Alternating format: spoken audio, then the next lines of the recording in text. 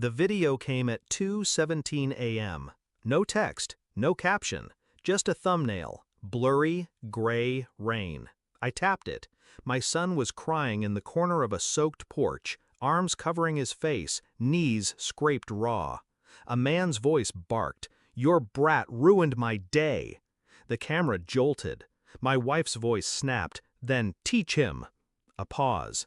Then the sound. A slap. My son whimpered. My wife screamed, "He needs to learn his value."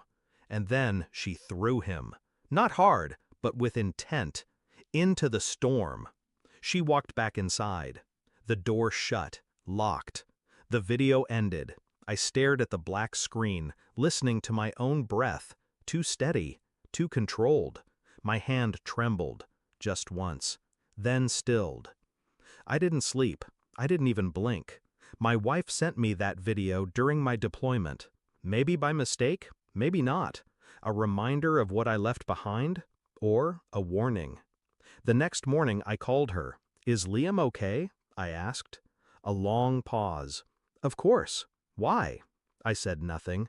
She filled the silence with lies. "We made cookies, watched that dinosaur movie he likes." I hung up mid-sentence.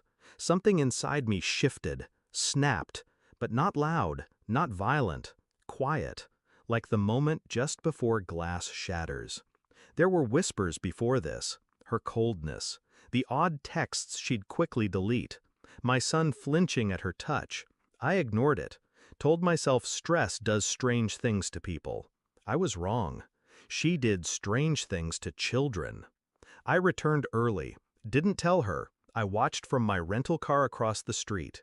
Every day at 5:30, a man came, always the same one, tall, sleeves rolled, touching her waist like it was his. She smiled for him, not fake, real.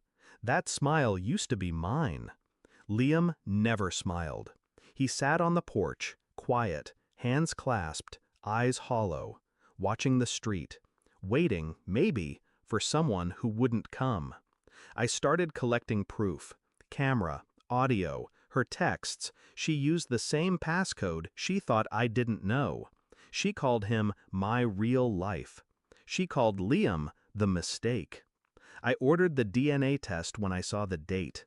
Liam was born 2 months early, she used to say, except he wasn't. She lied about the conception, about the timing, about the father. I waited, every step deliberate, every breath counted. I'd reclaim my son, or bury what remained of myself trying. The envelope arrived on a Tuesday. 2 sentences, 1 seal. Probability of paternity, 0.00%. I stared at the paper, heart blank, not broken, blank. Then I walked to her, to our home, with Liam inside. She opened the door, confused. "You're early." I handed her the envelope, said nothing. She read it, her face drained. Eyes flicked to the window, where Liam sat on the couch, quietly drawing stick figures with no mouths. "Whose is he?" I asked. She didn't answer. Instead, she said, "This doesn't change anything." I tilted my head. "No," I said, "it explains everything." She reached for me. I stepped back. She didn't cry, but something in her did die. I left for court the next morning, didn't fight for custody, didn't need to. I gave the judge the footage, the texts, the test. No anger, no emotion, just facts. I didn't argue, I didn't speak. Let the silence do the cutting. My wife sobbed when they removed Liam from her care. Not for him, no, for her ego. She looked at me, begged. "Please, we can fix this." I leaned in, my voice colder than the courtroom AC. "I'd burn before letting you touch him again." I turned to Liam. He didn't reach for her. He didn't cry. He just held my hand, tight, and we walked out. Her screams followed us down the hall, like wind chasing ghosts. Liam sleeps beside me now. He doesn't talk much, but he hums. Safe things, simple things. I'm not his father, not by blood, but I am by choice. And that's stronger than DNA ever was. I don't think about her anymore, not in the way that aches, only in the way you remember a scar you stopped feeling. She thought breaking me would make her stronger. She forgot. Some of us were forged in war. The final time she called, I didn't answer. She left a voicemail. He was never yours.